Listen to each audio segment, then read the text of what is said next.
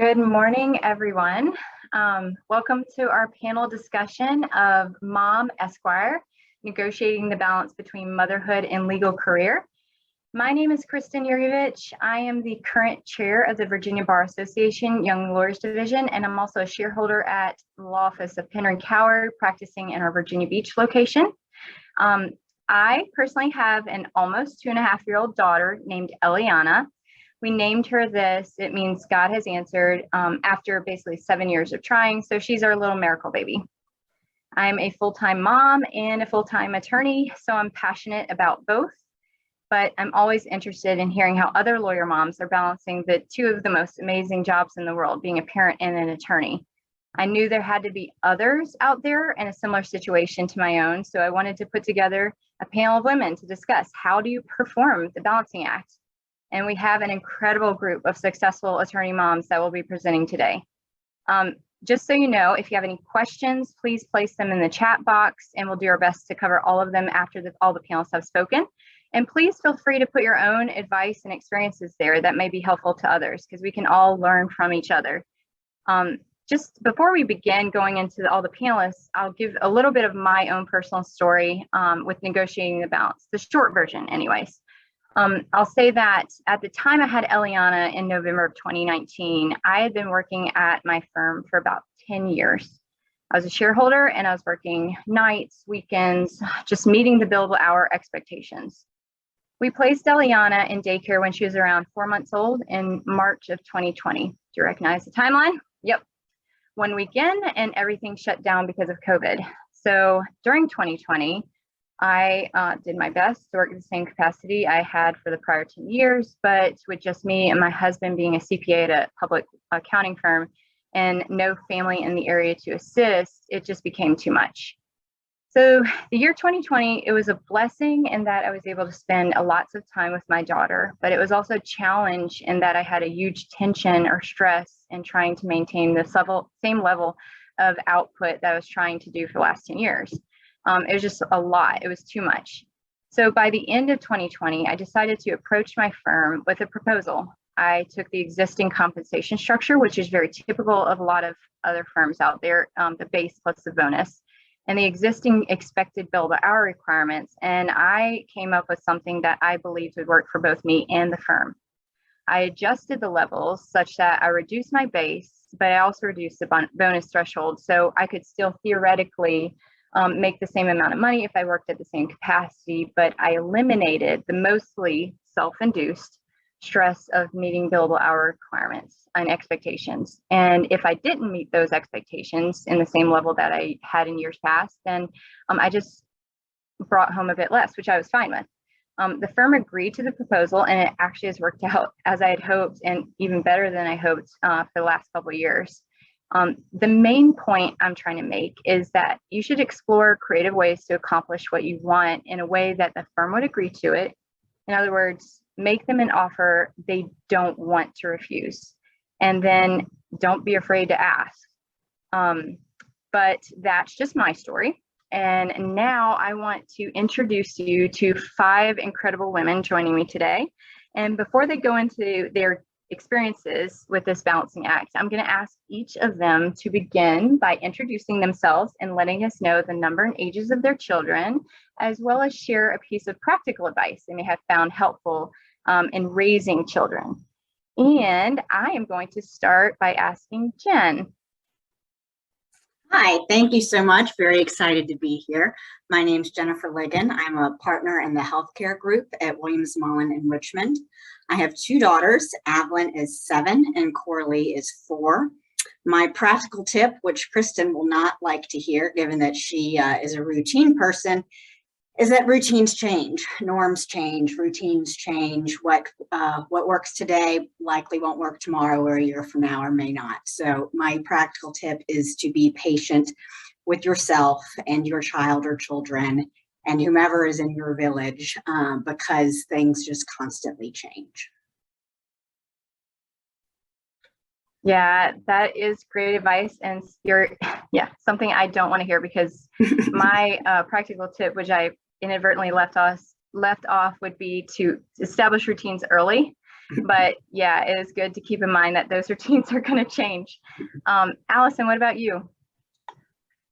Hi, everyone. I'm Alison Mckee. I am a business lawyer with Kaufman and Canoles in its Virginia Beach office, where I am largely a transactional lawyer with a heavy focus on commercial real estate. I have 4 children. I have them over a span of 13 years, 2 girls, 2 boys. The oldest, I can't even believe I'm saying this, is 34, ready to be 35. Next in line is 30, and then my 2 boys are 26 and 21. In terms of my lead off, practical advice, parenting advice or tip, I would say, and I've learned this over the course of many years, don't sweat the small stuff. When they come home with that horrible grade, or they don't make the team they think they're going to make, or they wind up in the principal's office. Yes, that happens to all of us. Even the best kids get in trouble from time to time. Instead of flipping out, just try to be patient and know that you're going to get through it. And I wish somebody would have been whispering that in my ear every time something happened, but I am sort of a type A personality, and had a tendency to overreact probably more than I should during the younger years of raising children. So that would be my tip. Don't sweat the small stuff. There is a reason why they say patience is a virtue. Good advice. Rudene, how about you?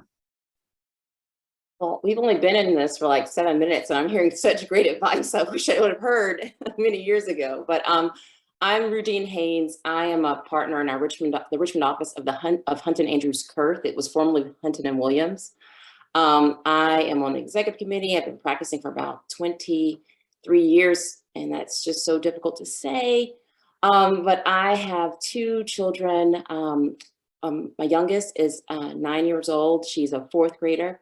A budding gymnast. Her name's Rachel. I have a 15-year-old. He is my mini-me, but now he's 6'3", so it's kind of strange. But his name is Ravi, and he would love to be a civil engineer when he grows up.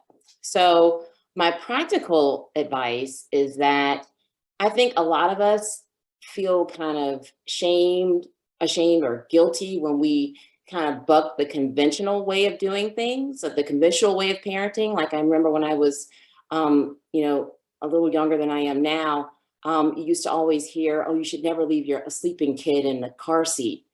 You totally leave a sleeping kid in a car seat when you arrive at home. You put them by the door, you make sure that they're protected, but why wake a sleeping baby? And I share that because I think there's so many of these kind of like rules, written, unwritten, about what you should and should not do with your children, but you should do what works. And there's this wonderful Audible book I'd love to encourage you to listen to, Weird Parenting Wins by Hillary Frank.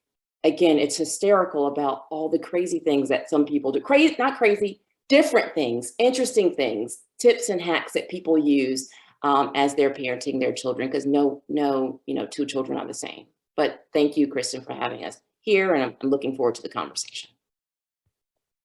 Thanks, Rudene. I actually wrote that down, and I put this panel together, and honestly, I wasn't sure what everybody would be sharing, but I am here to learn as well. And I am definitely going to be looking at that book, Weird Parenting Wins, because yes, I have done that, and I have felt a little bit guilty, but I'm like, listen, this allows me to get a few things done before she wakes up, So Lindsay, how about you? Hi, everyone. I'm Lindsay Rollins. I'm currently a corporate claims attorney at the Progressive Group of Insurance Companies based in Richmond. I actually just started with Progressive in January, and prior to that, I was an insurance coverage litigator for the better part of a decade. I am mom to James and Virginia, who are twins that will be 2 in July, and they are just absolute handful, but a wonderful delight. And they make every day more entertaining and much busier. My practical piece of advice would be make sure you're putting on your own oxygen mask first before helping others. That's something that it's a piece of advice that I have a hard time following myself. I'm always like, well, I need to get this to so-and-so by 5 p.m. But I really want to, I need to be spending time with my kids right now, and cutting out a lot of sleep, staying up late to get everything and be everything to everyone. But I've found in the past, when I don't take care of myself, if I'm not getting enough sleep, I'm not doing anyone any favors. I'm not a good attorney. I'm not a good mom. I'm always these things, of course, but I'm not the one that I want to be. And so by making sure that I'm, keeping myself in mind and making sure that I'm being my best self, I'm my best self for others too. Absolutely agree, 100%. That is great advice. You said it well. I really have nothing to add to that, but it is a good reminder because it's so easy to forget. Last but certainly not least, we have Jessica. Jessica, please introduce yourself. Hi, everyone. I'm Jessica Swauger. I'm an associate at Hancock Daniel in Richmond, Virginia, and I previously had the pleasure of working with Lindsay here. Sad that she's gone. Anyway, I have a daughter who is going to be 3 in August, and she's my only child. My practical tip, which I don't necessarily always follow myself, is to stay off social media in terms of, assessing how you're doing as a parent or what you should be doing or shouldn't be doing. It doesn't necessarily help me. Sometimes I've gained some helpful tips from social media, but I think on balance, it generally has a negative effect on my outlook on my parenting. So I think that's my practical tip, unless it's helpful for you, in which case then take it for what it's worth, but happy to be here. Yeah, I certainly agree with that as well. There are certain mom groups out there, I'm sure, but on the average, if you tend to try to be like a keeping up with the Joneses, there's no way I would ever win at that. So really good to keep that in mind, at least to keep that balance, no pun intended. Thank you, ladies. I now want to hear from each of you a little bit more in depth, and I think it makes sense to go in the same order. But basically, I just want to hear your experiences of balancing this act. Again, 2 of the greatest jobs in the world, but not without challenges, especially just because of the importance of each. And so, Jen, if you don't mind, can you give us, I guess, your experience with balancing motherhood and a legal career? You're obviously very successful at both, and I know you personally, so I can say that, and I know it. So please, I am interested to hear what you have to share. Yes, happy to. And I wrote down my time so that I don't be long-winded and lose all of our followers. But real quick note on what Jessica said. My favorite Christmas card that I received this year was from a family with 2 young children, and they look all showered and clean and proper. And it just says, we don't usually look like this. And it's to the point of, social media, you're not going to air your dirty laundry. And so we all have it, and it's just no one looks the way they do in their little holiday cards the other 364 days of the year. So my balance, to kind of go back to my practical tip about schedules and routines, I think it's important to start as a working mother and think about your goals, what kind of parent you want to be and what kind of professional you want to be, but then realize the best path to meet those goals likely is going to change from year to year. And like Kristen, I am a routine person. I like routine, I like structure. And so one of my greater challenges since I've been a working mom is going with the flow when those routines change. So what are my goals? My goals on a personal level as a mother is to be a present parent, and then professionally to advance, whatever that means, promotions, shareholder, raises, whatever that means for you, committees, to advance professionally. I also have a third goal I want to talk about, but I'll address that at the end of my comments. So brief background, I grew up in Roanoke, where the average commute time was probably 7 minutes. Dinner was a family affair every night at some reasonable hour, 5:30 or 6. My mom was always present, both at work and at home. If I wanted to call her at work, I better have had a good reason. But when she was at home, She was always present to address my siblings and my needs for school, emotional needs, whatever have you. So I think a lot of us grow up wanting to either mimic certain parts of our upbringing or vow not to repeat other parts. But for me, the present parent part is one that I wanted to mimic. So what does that look like in a legal career? When I graduated law school, I started my legal career in New York City, unmarried and childless. A lot easier to balance whatever you want to do in your personal life and professional life. In 2012, my then fiance and now husband Chad and I moved back to Richmond to be closer to family. So that was my first step at, okay, I know I want to be a mom one day. I want to have my legal career. And I was very intentional in the job that I sought. So I went from big law in New York to going to Richmond, where I did not know if what I viewed as the 4 bigger firms in town would have the balance that I wanted to be the type of mom and wife that I wanted to be. So I didn't apply to any of the big 4 in town. So I was very intentional and joined a small to mid-sized firm in Richmond, where my boss was a woman who both Rudene and Alison know very well, and at the time in her early 40s with 3 children. And to me, I'm like, okay, this seems like it could work well. So in 2012, I joined that firm, and 2 years later, as an associate, 4 years out of law school, I had Avalon. 2 years after that, in 2016, my healthcare team lateraled to Williams Mullen. So here's kind of my second chance to think, okay, here's one of the firms I actually intentionally avoided when I moved back to Richmond. I either cut ties with my team or figure out how to make this work, knowing that now I have a 2-year-old and we probably want to have more kids. So we joined in 2016. Fortunately, it's kind of been my Goldilocks of things I like from big law and smaller firm, but in a mid-size. And then 1 year later, so 7 years out of law school, a senior associate, I had our second child, Coralie. In the background, my husband worked in the restaurant industry, which involved a lot of nights and weekends. And so, as you can imagine, as between the 2 of us, a child gets sent home sick and I was the one on duty. A restaurant can't really go without their manager. A law firm can go without their associate for a few hours, or the associate can work from home. Over time, that was not really going to work from a balance perspective for us. So we decided when Avalon went to kindergarten that we would try Chad as a stay-at-home dad. And so that's what we did. And that happened in the fall of 2019. Fast forward 6 months and we all get to March 2020.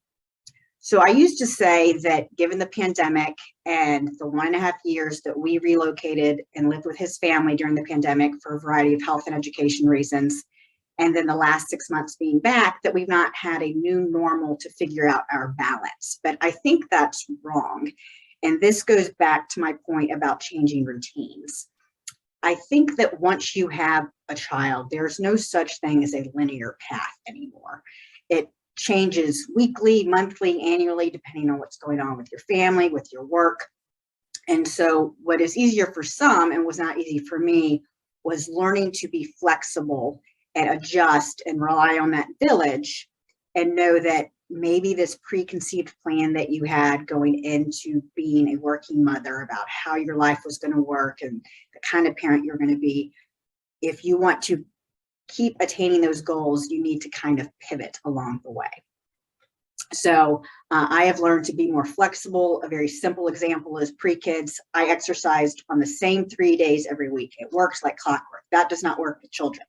So now at the end of every week, I look at the next week and I look at my calendar and I pick, these are the 3 days I can exercise based on life, professional obligations, and personal obligations. So I'm still meeting my goals just in a different way than I met them pre-kids.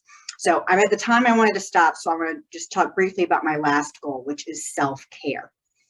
One of my biggest struggles is reminding myself and the world that I did not lose my identity when I had kids. I love my kids. I love spending time with my kids, but I did not stop being Jen Ligon when I had kids or when I became a lawyer. And I think that's very easy to lose sight of given all the demands on being a mother and all the demands on being a legal professional.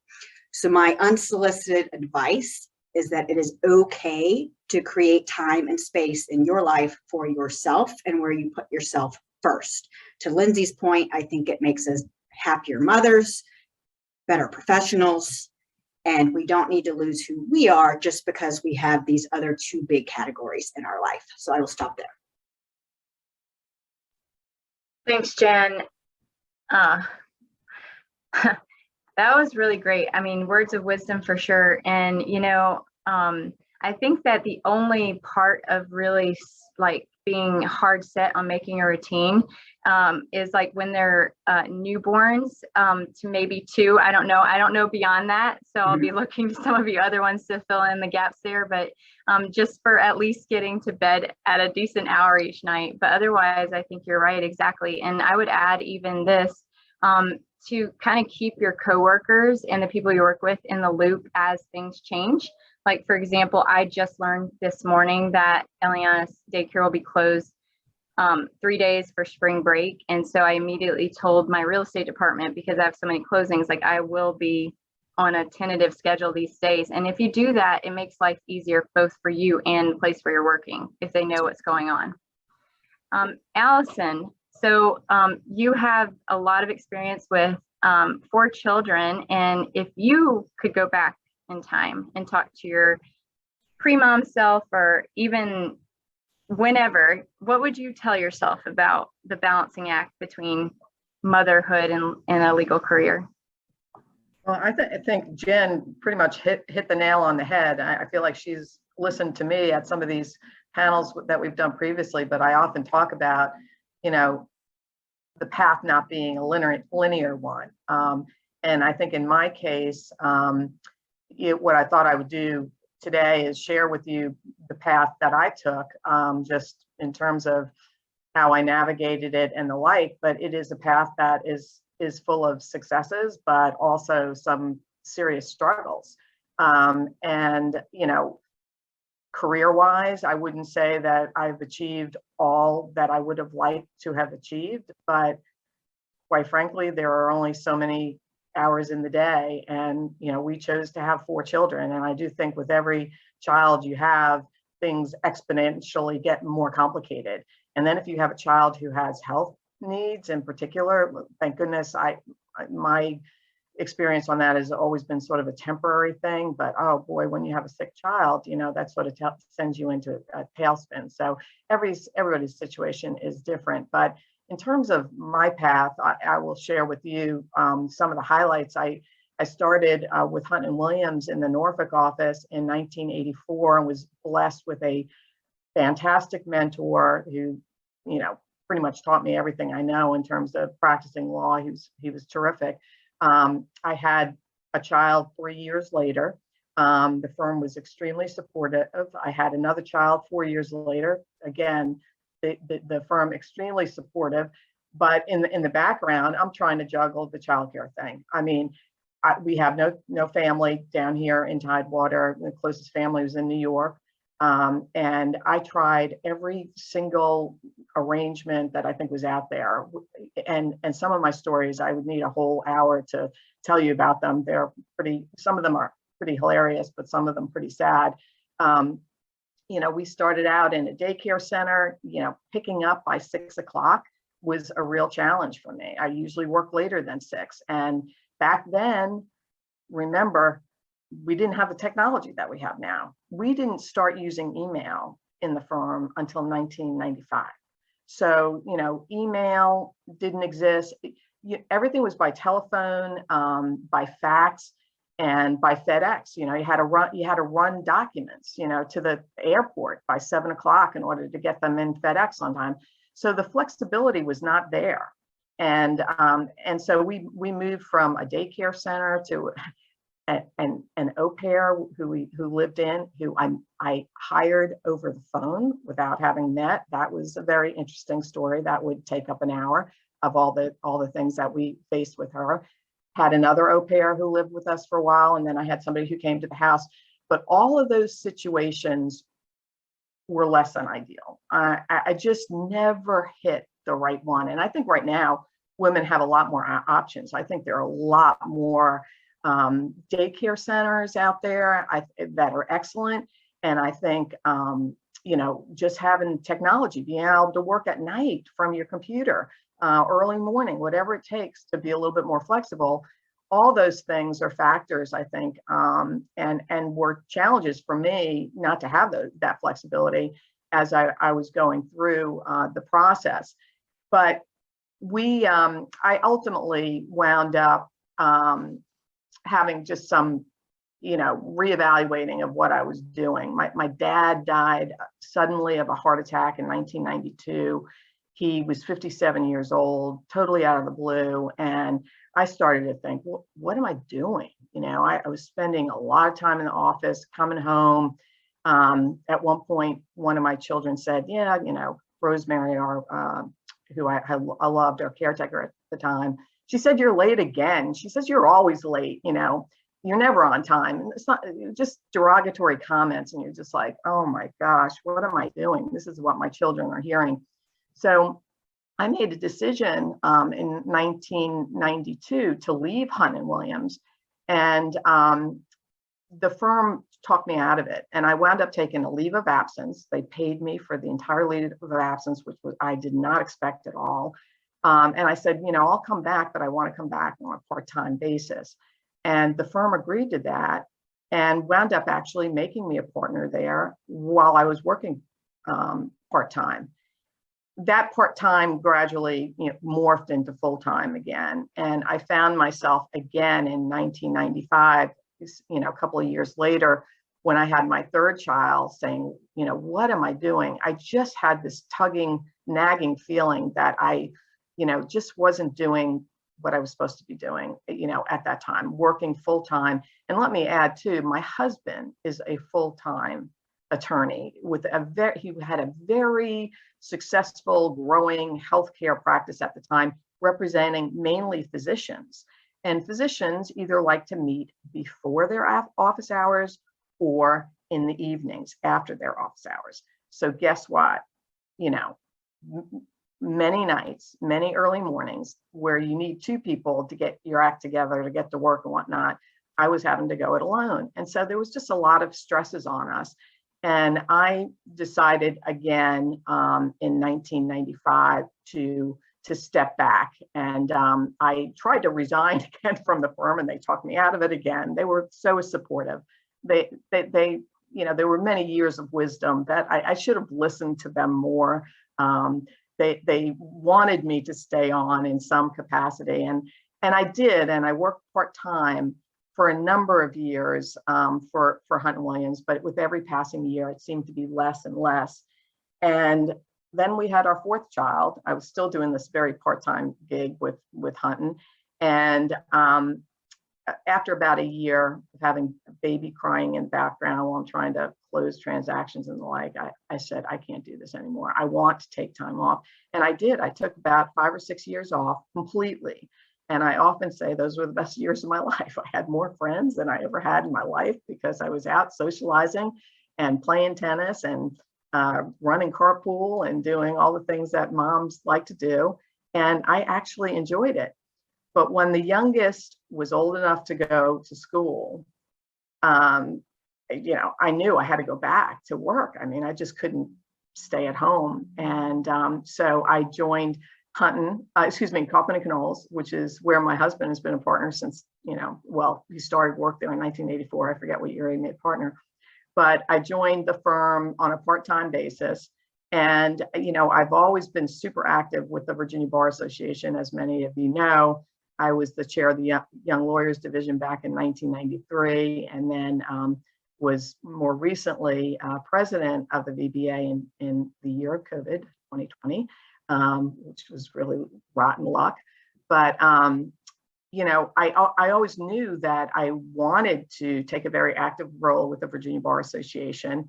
And so the part-time thing with Kaufman and Canoles, which again has morphed into a full-time thing, seemed logical and was flexible, and I can kind of do my own thing. I've had 2 children very, very involved with athletics in high school and at the college level. So the arrangement gave me a lot of flexibility to attend their games and do all those types of things that I wanted to do. But the other struggle, I guess, that I had in the mix here was in 2012, I was diagnosed with breast cancer. And so that was a bit of a wake up call for me and a reminder that, yeah, maybe those years I took off and spent with my children, that was not such a bad decision after all, because, you know, when you initially get that diagnosis, you don't know where the path is going to take you. Fortunately for me, so far so good, but it was a little scary time initially. And so that was another, you know, struggle I had to, you know, overcome and deal with. And I managed to work during that time, although on a more limited basis. But again, it's all, you know, it's all factored in the balancing act and having to be flexible, and in some cases having to, you know, reevaluate my professional goals. Yeah, I would like to be, I'd like to be in Rudene's seat. I'll be perfectly honest. I always, you know, I loved Hunton. The firm was good to me. I would love to be part of running that firm. And kudos to Rudene for doing all that she has done to balance things and to, you know, to get it right. But I didn't do that. And so I live with that. And sometimes it's hard for me not to be more involved with the leadership of my firm.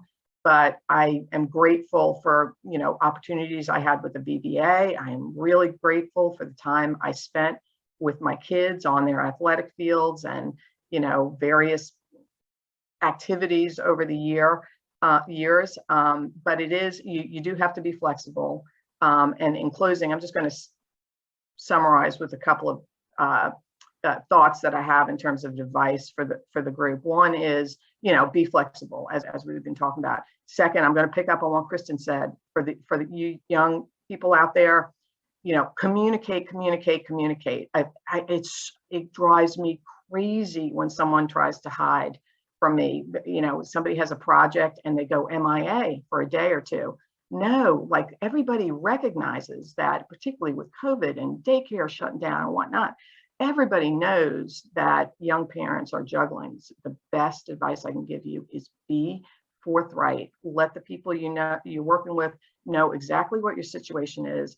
I promise you, people are way more understanding when you do that than when you try to you know, hide from your responsibilities and just try to wing it. It's much better to communicate.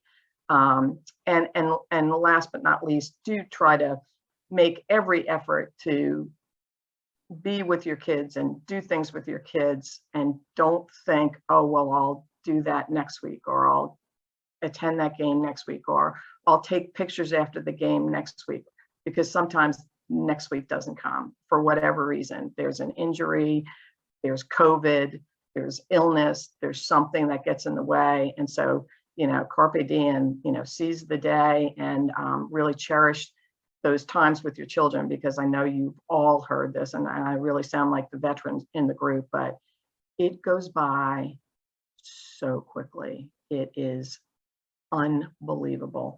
I mean, high school goes like this, college goes boom, boom. I mean, it's over before you know it. And here I am with almost a 35-year-old. I feel like it was just yesterday that I was walking her out to the bus stop when she was 6. So in any event, that's a mouthful, and I probably have run over my time, but I figure I'm the old lady in the group, so I get a couple extra minutes. With that, I'll hand it back to you, Kristen. Thanks, Allison, and no worries about the time. We're all good. You know, and it's interesting, as you were talking, I made a couple of notes, and, you know, it is interesting to hear from you and other moms, like, you know, about how it was. I mean, we are in Women's History Month, and it is incredible, like where we are now compared to where we were. And a lot of that is due to technology and everything else. But a lot of the situations we find ourselves are still the same. Like for me, when I first put Eliana in the daycare she's at now, I had to pick her up by 5 o'clock. So I had to make I had to arrange things so that would happen. And that was, again, part of my decision, which I went over earlier. But anyways, I want to get on to the next speaker. Rudene, how do you rock star being a mom and an attorney? Well, that lead in is pretty full there, Kristen. First of all, again, I think the world of Allison and Jen, and just happy to be on a panel with all of you all. It's funny. I did not script this conversation just because I wanted to be as authentic as possible. but I did want to give myself some guardrails. So there's some takeaways that I'll sort of share with you, and then I'll give you pieces and parts of my story. I guess the first takeaway I'd say is, it's hard for us as like rock star women to ask for help.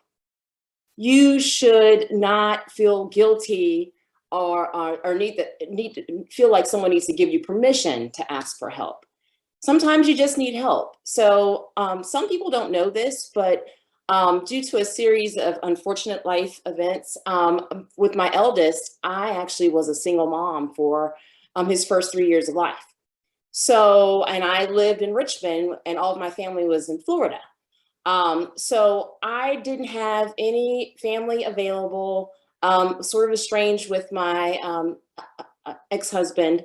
It was all a very odd time for me. I was up for partner. Can you believe this?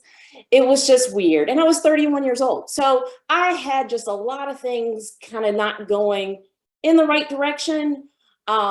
I didn't want to be that statistic single Black mom, but I was, right? So I had to learn early on to be accepting of help. And, I couldn't say it any better than Alison did. I mean, my firm was incredibly supportive of me when I was going through my life's challenges. My clients were supportive. And I was really blessed in that respect, to sort of be able to have my partners and mentors kind of help me figure out a path when, my plan totally got busted, like a lot of people's brackets right now for March Madness. But anyway, so first thing I'd say is, ask for help. And even though we all have S's on our chests, we just need to be willing to sort of do that from time to time. I hate to sound like a broken record here, but yeah, flexibility is key. We learned that during COVID. I think working moms probably were able to adapt better during COVID than anyone, because we're accustomed to doing our job in places that may seem odd and strange, right? I can't tell you how many closing calls I've taken, like sitting in a parking lot of Maymont because I had to drop off my kid for a summer camp, right? I can't tell you how many clients have called me and said, "Hey, are you driving?" I'm like, "Yeah, I'm driving." He's like, "Okay, well, I'm gonna send you an email afterwards about, this detail, but I don't want you to be stopping on the side of the road, sort of taking notes." But we've just mastered that, you can lawyer from anywhere, you can parent from anywhere, but it's better to be present as a parent. So you try to be present with your kids while you're trying to do your lawyering thing too, right? The third thing I would share, and this is something that really got to me early on, was this idea of women sort of delaying their, giving birth based upon their particular career goals. And, again, if life was all linear, maybe that makes some sort of sense, but you have no control about how your body works, how long it might take for you to have a baby, if that's your desire. I just think that you're trying to play this little chess game with your life in terms of like, in 6 years or 7 years, I'm going to be up for partner. You do not control any of those things. Some of these things are outside of your control, like leverage, like industry, like the pandemic, for goodness sakes. So I say all that to say, when you and your partner are ready to have a child, have a child. Do what you can, because again, you never know how long this miraculous process will take. Two more things, and I'll sort of pitch it to the next person. No one size fits all, right? For doing this, right? Like everybody's path to partnership, if that's your desire, is different. Everybody's path to like being a great working lawyer mom is different. You're kind of sort of getting a feel for that in the conversations we're having here. Yeah. So again, like Jessica said, don't try to compare yourself to what's happening on Insta. Am I saying that right? I'm so bad about social media. Or on Facebook, because people lie, right? And now social media allows them to lie even, in your face. So yeah, so that's the only. And then the last thing I'd say is we don't talk about this a lot, but a number of us are in that sandwich generation where we're not only taking care of, our children, our beautiful, beautiful children, but our parents who somehow regressed to being children. So I am very fortunate to have my mom living with me. She's been with me since November of 2018. She's 85 years old, and my kids know their grandmother very well right now. She used to live in Florida for most of their, earlier years, but she's been with us. She shares a Jack and Jill bathroom with my 15-year-old. He could talk an hour about how that doesn't really work for him. But I share this to say that, as a working mom, you're juggling lots of things, right? And sometimes you're trying to caretake for your parents. But what a wonderful blessing it is to be able to have your kids spend time with your parents, especially those of us who kind of wait a little later in life to have children. So I'm going to be quiet and turn it back to you, Kristen. Thank you so much, Rudene. And yes, I agree with everything. And it's amazing too.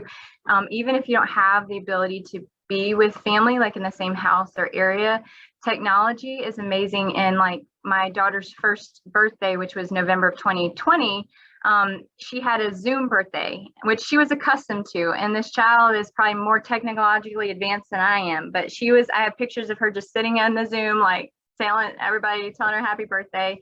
So you can make it work even if you don't have family in town. But yeah, I agree. No one size fits all. And that's also the beautiful thing about this panel and how I wanted it across, just various ages of children and parents, like, the years that you became a mother and things like that. But yeah, thank you for sharing that.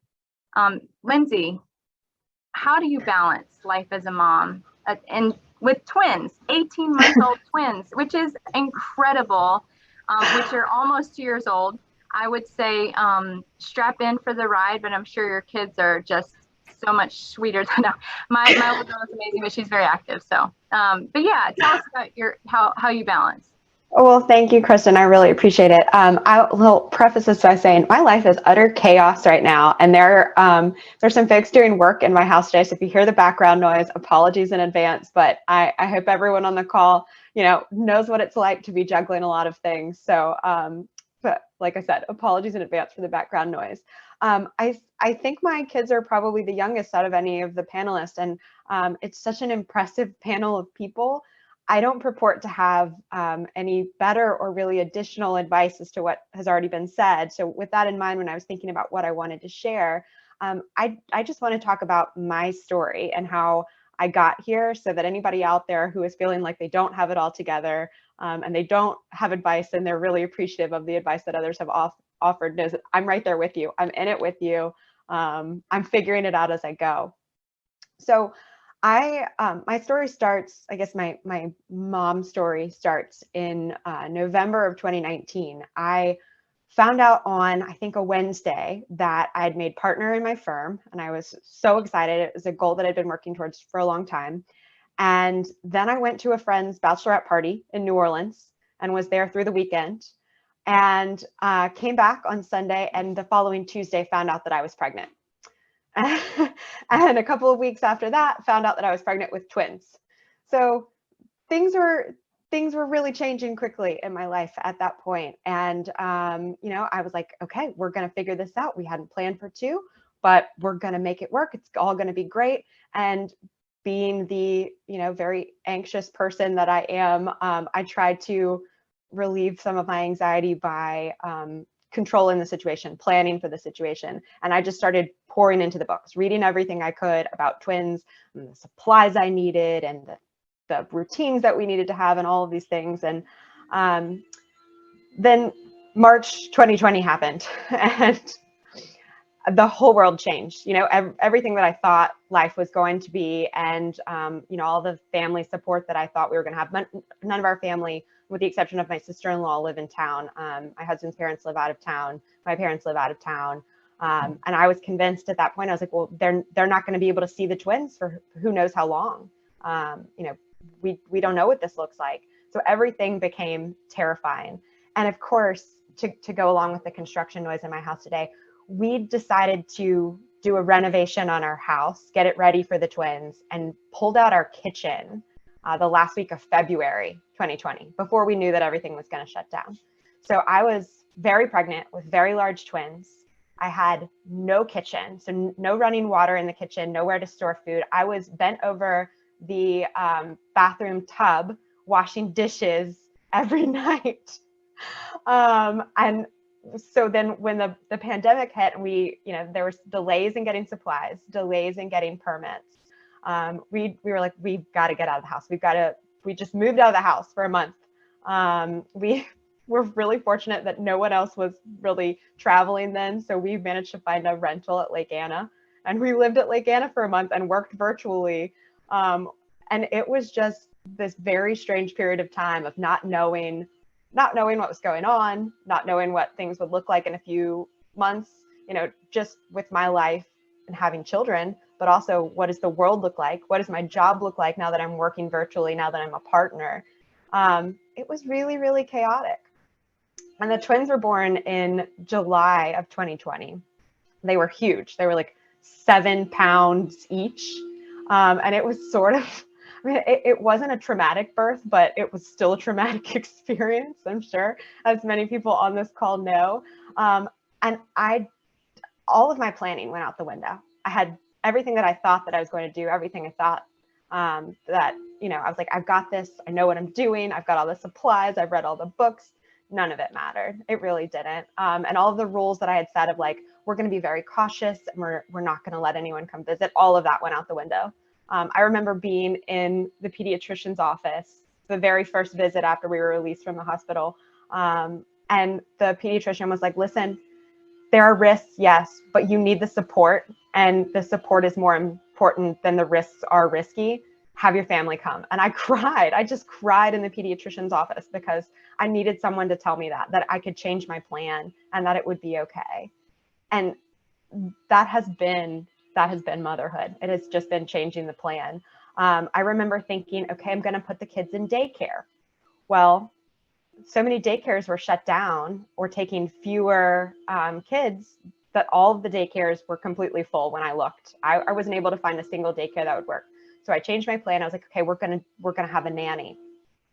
Interviewed a bunch of people. I was like, this is crazy expensive. How am I gonna do this? How am I gonna work from home with the kids here? Like, what is this gonna look like? We managed to figure it out. We hired a great nanny, and speaking of change plans, a few months into like working with this wonderful nanny that we loved, she decided that she wanted to move to California to become a pastry chef and change careers. So then we interviewed more nannies.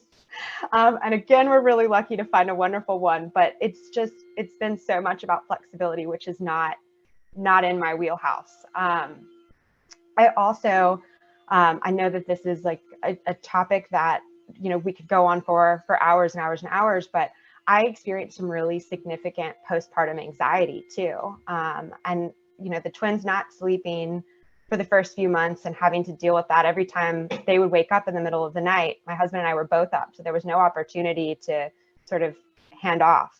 So postpartum anxiety coupled with lack of sleep and this confusion about what my world looked like and the inability to control it made the first few months really, really difficult. I tried to put on a good face for the people that I worked with and for clients, but it was impossible. And I was not being a good wife. I was not being a good mother. And I really had to come to terms with that. And I had to recognize this is a problem. And this is something that you need to admit and you need to look for help for. And like I said, that's a whole different conversation in itself. But if you're out there and you're experiencing that, or you did experience that, I feel you. I'm here.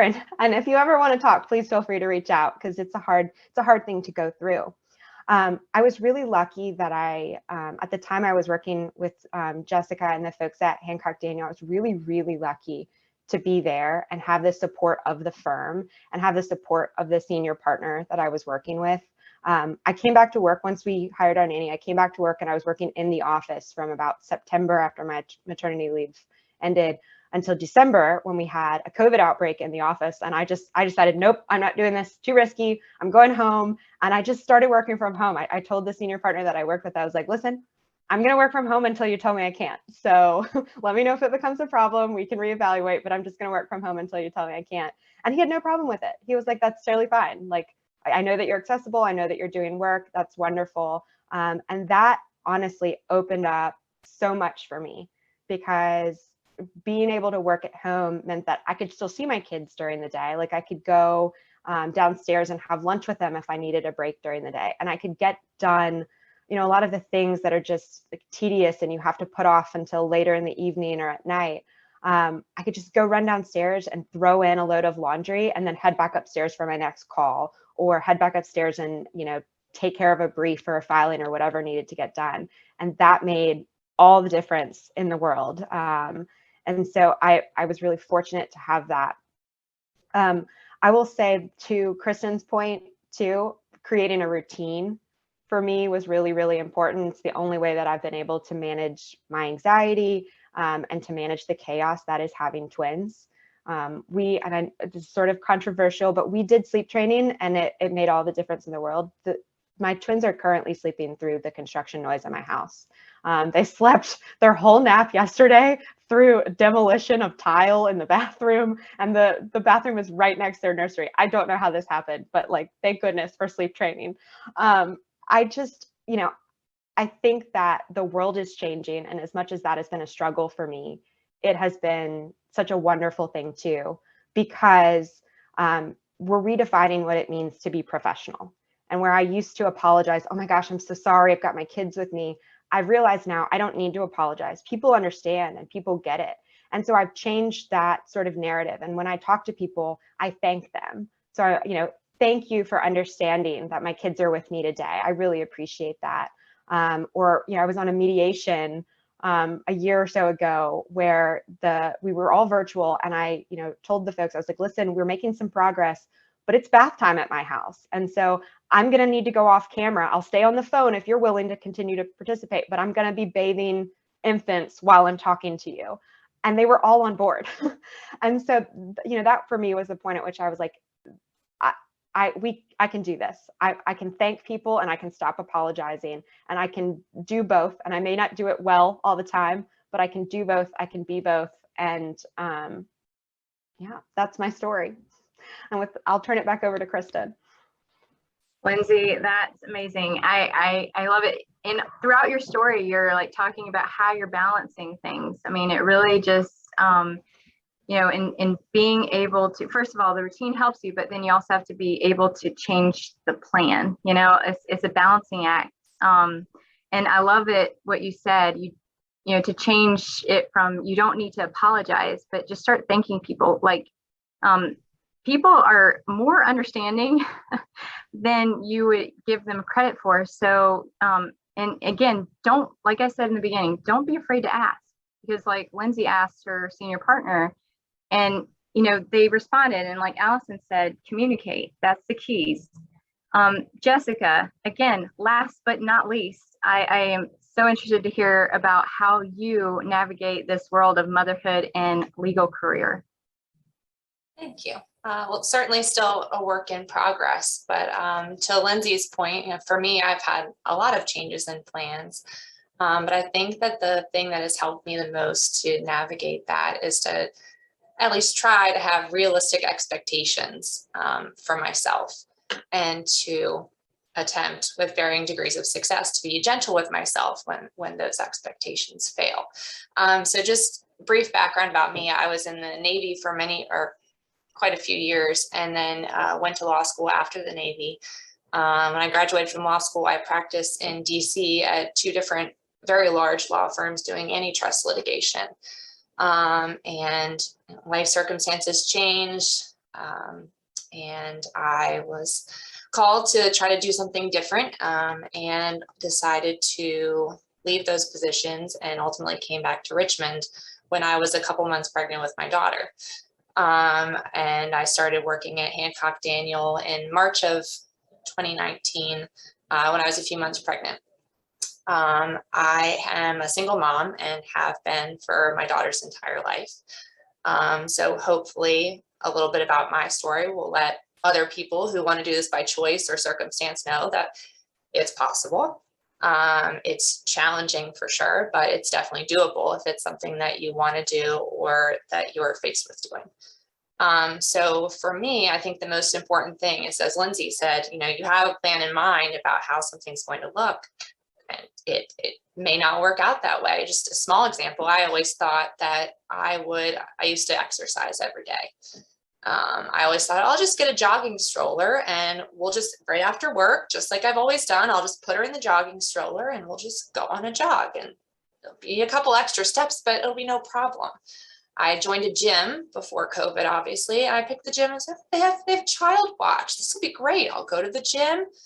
She'll go to this daycare pen area and I'll get my workout and it'll be fine. Those things have never happened. She hates the stroller. I quit the gym when COVID started. It's ridiculous. So none of those things ever happened. I haven't worked out in years. So those expectations were unrealistic. A couple years in, I decided, this is something that was important to me, that was helpful for me. I need to start doing it again. My regular pre-mom brain, I would say, oh, well, I should start with 5 days a week. 5 days a week is reasonable. 5 days a week, 30 minutes. That's what they say that you need for cardio. It's not realistic, and it just kind of set me up for failure. So now I try to do, I'm going to try to do 2 days a week. And doing that, I think, kind of sets me up to feel better about it when I can be successful, because it's an achievable goal. So I think that applies to my child, my personal life, and my work, because I have to be more realistic about what I can accomplish in a day or a week or even a month at work. And, I previously had a particular way that I was most efficient.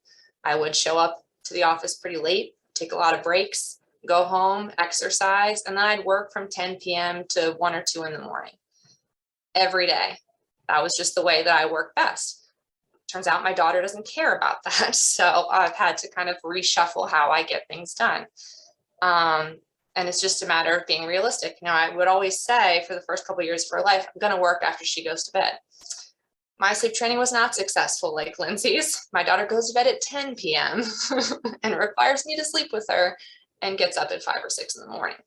So I was often too tired to try to work at 10 p.m. or I would manage to get myself in front of the computer, but I wouldn't be effective because I was tired or distracted. I built to 0.2 after sitting there for an hour and a half, and it just wasn't effective. So now I say, I'm going to do this 1 day a week. I'll really buckle down, and from 10 to 2, I'll do what I normally do and where I work best, and I'll really prioritize that day. So I think that's what's really worked best for me. And then also having, setting realistic expectations for people that I work for, clients, bosses, and then also my team.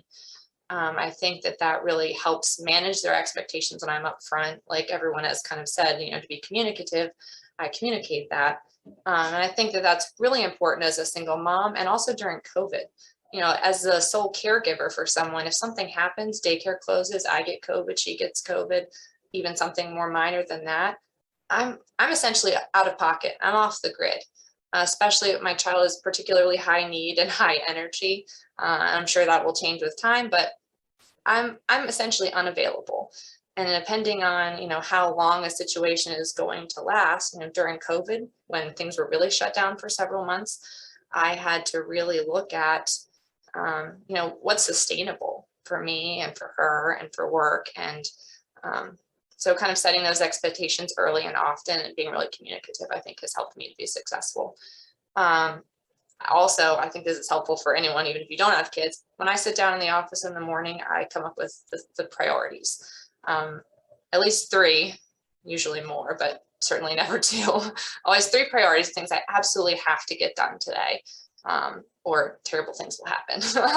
And I accomplish those things first. So when I get inevitably derailed by something child related or in my personal life, I've at least prioritized the things that are the most important for that day. So I think that doing that makes me happier. It makes me feel more successful, even if I'm not doing as much as I was before I was a mother. At least I can say, okay, well, I've set this goal, I've met it, and then maybe I can try to expand from there. And it just keeps things more, makes me feel a little bit less like I'm failing and more like I'm achieving something that I've actually set my mind to and that I've actually accomplished it. And then the only other thing I would say is that I think since I've become a mother, I've been certainly more humble, but I've also recognized that everyone's in like a different spot and experiencing different things. And I think that as a lawyer and a mother, it's important to recognize in both of those capacities that that's a good thing. That, you know, you might bill fewer hours or work less or work differently, but it's beneficial that you bring something to the table that's different from another person. And it's not necessary to necessarily emulate what someone else is doing, you know, either in their legal practice or as a mother to necessarily bring something positive to the table. So I'm less successful in that for sure, but I think that's something good to remember, that, you know, that you bring something unique to the table. It may just be different or look different at that particular moment in time. So that's all I have. And we're at 1 o'clock. So go ahead, Kristen. Thank you, Jessica. That, you know, it's funny you say that, you know, start out with the list of priorities, because shortly before this panel discussion, because I was kind of sidetracked, I had a last minute closing happen this morning. Otherwise I would be sitting at home doing this panel. But I made a list as well, because I knew I'd have just a little bit of time this afternoon. And it really helps me, because if I'm able to accomplish something, I'm like, okay, at least I'm able to get, and it keeps me focused, because with so many distractions, and yes, the inevitable, you know, like, okay, just by way of example, Monday, when I was supposed to be preparing to meet with the panelists on Tuesday, I got called about an hour after dropping my daughter off that her daycare had closed because their electricity went out. So I was now at home with my daughter the whole day, and I didn't get hardly anything done. But you just have to be flexible. Some of the key things that came out from this panel, and I love that we have a panel, again, a wide array of just experiences and examples. And I love hearing all of your stories, but I think it's really just be flexible and have realistic expectations of yourself. But then again, also give others credit. You know, there are going to be people that are willing to work with you, and you bring something unique to the table. And if you communicate with people and you actually ask if you need help, whether it be from your support group, your parents, your family, or your work colleagues, or anything like that, your boss, your supervisor, you know, ask the question, tell them if you need help, if you need to make different arrangements.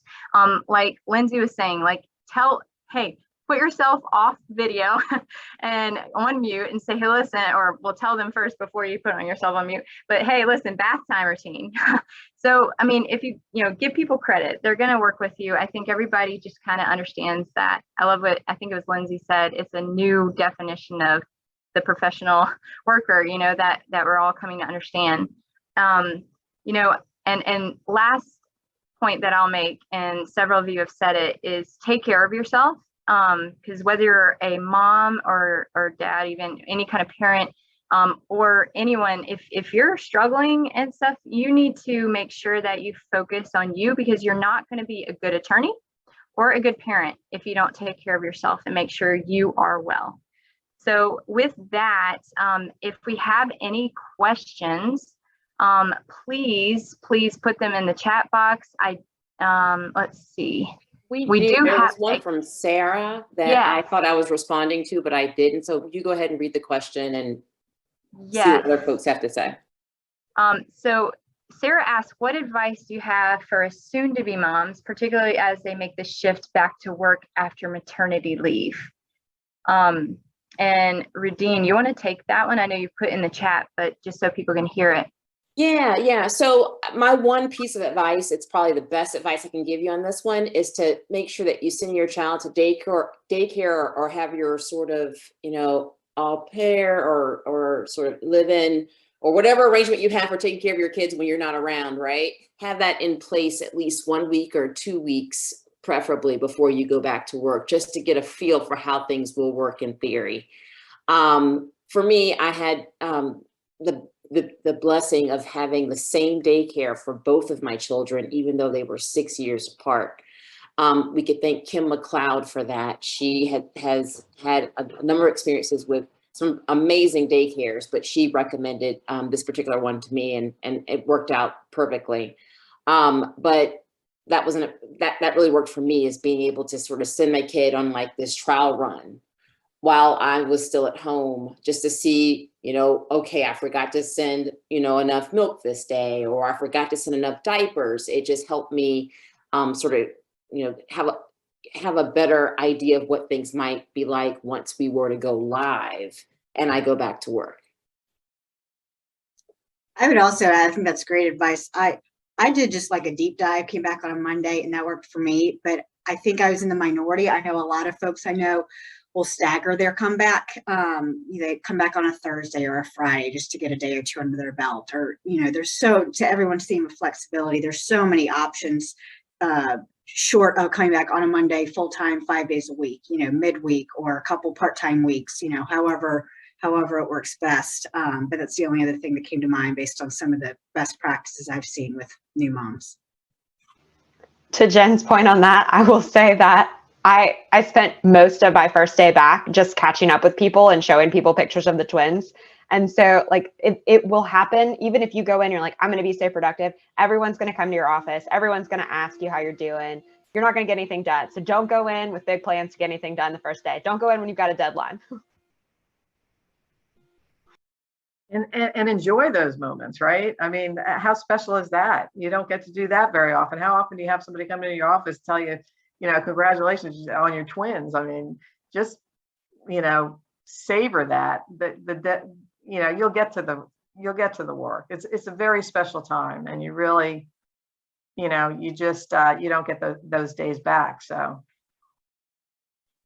And the one thing I just wanted to mention, just because everybody, again, as you can see with all 6 of the people on this Zoom as presenters, our stories are all different. So with my story, my husband was working also full-time at the time we had our daughter, and he was able to take paternity leave. And so I took my maternity leave first, and then he, after that, took paternity leave, mainly because we had waited so long to have her, and we wanted to spend as much time as we were able to at home with her before we put her into daycare.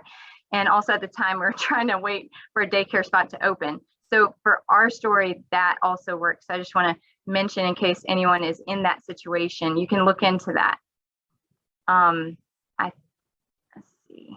I don't know if there's if there are any other questions, please place them in the chat. We'll be on here a little bit longer to answer any questions. Kristen, there is the one more. Oh, sorry. Any advice for meeting, networking with other working moms, lawyer moms? I did not see that. I apologize. So, interesting. So, any advice on meeting or networking with other moms, lawyer moms? Well, I met Jen through the VBA YLD. And then I met Alison through the VBA, and Rudene through a referral from Jen. So it kind of flows, right? So I would say it's a 2-part answer from me, and I'll let others chime in. I did not know many lawyer moms. That's why I put together this panel, honestly.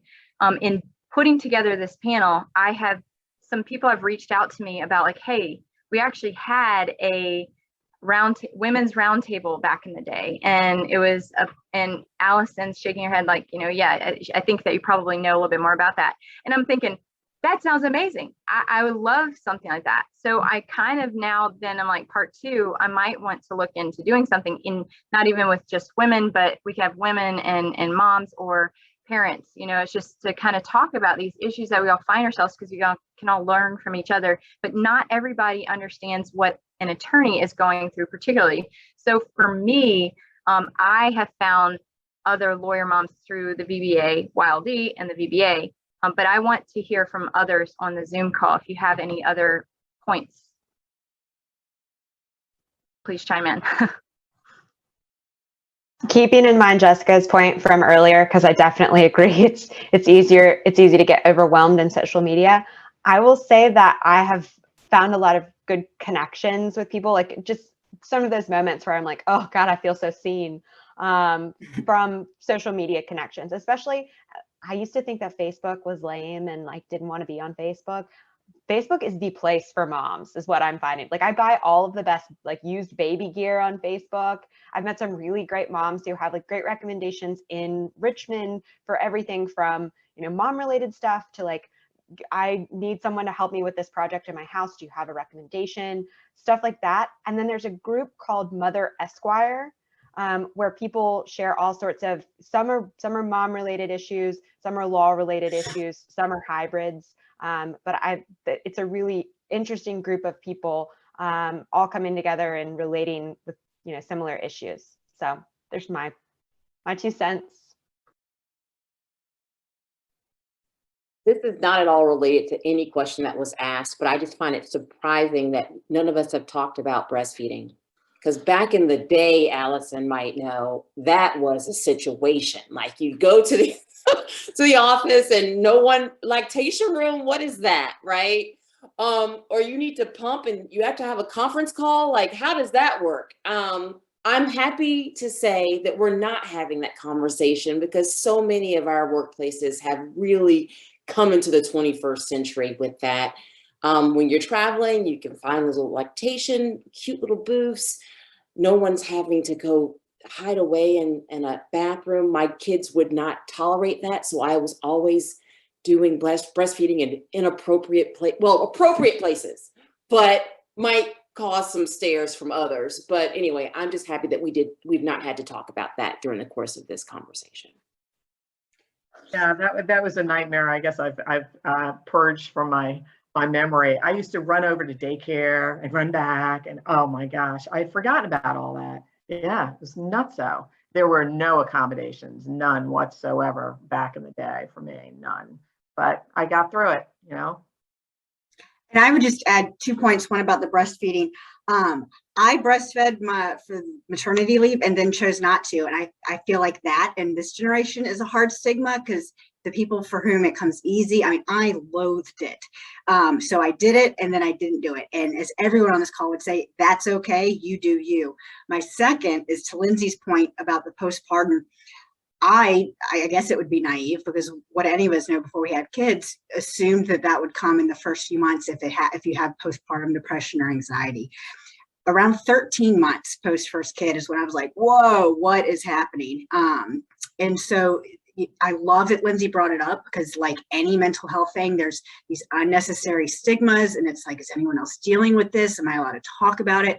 And I feel like moms are a safe space, and working moms are a safe space. And I would get on text messages with my girlfriends like, well, I know these ones loved breastfeeding and these don't. I'm going to text them so they make me feel better about, you know, find your group. Like it is, we're all in the same crazy, unpredictable boat. There's no right way, and it's okay to not be okay all the time.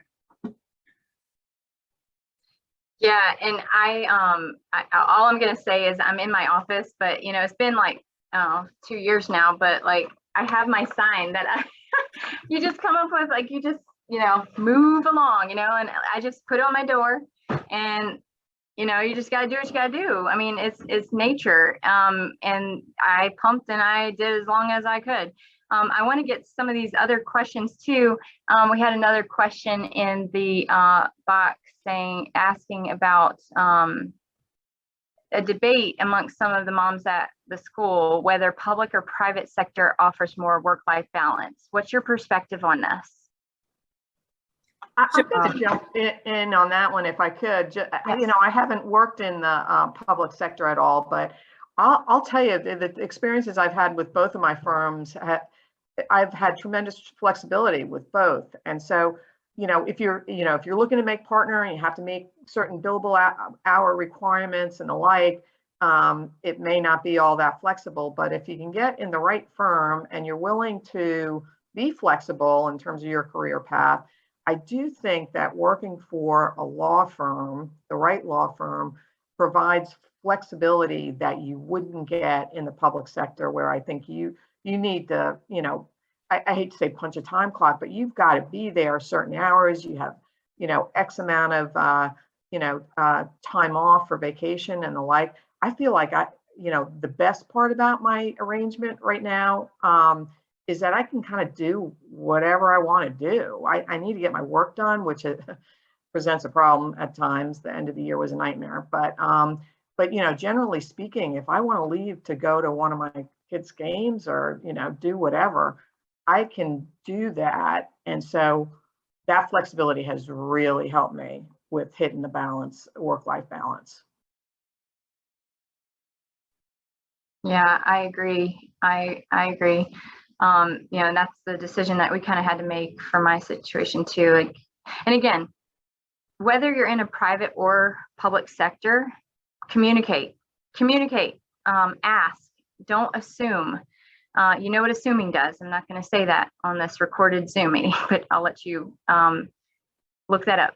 And another thing that was placed in the chat, a really good kind of just note for those that, you know, we're talking about like the nursing and breastfeeding, you know, another wave of that postpartum sometimes comes up when nursing's over. So, you know, and I don't know, I don't really recall whether that happened for me, but it could. And if it does, you know, just be on lookout for that. And like self-care is just another important thing that you need to keep in mind and keep at the forefront of your mind. And seek help, ask. I don't see any other questions. I don't want to, I'm not as good at like going back and forth between the question and answer box, but it looks like those were all the questions we have. Unless there is something burning on someone's mind, put it now, or else I think that brings our time together to a close. And thank you ladies so much for joining me on this panel. There may be more in the future, so I'll be reaching out to you. And thank you to all our attendees for joining us. We're all here to support each other, so I appreciate y'all's support in this. All right, y'all take Kristen. care. Thanks Thank for getting you, us together. Kristen. Appreciate it. All. Bye. Bye. Rockstar moms all. See ya. Thank Absolutely. you. Bye.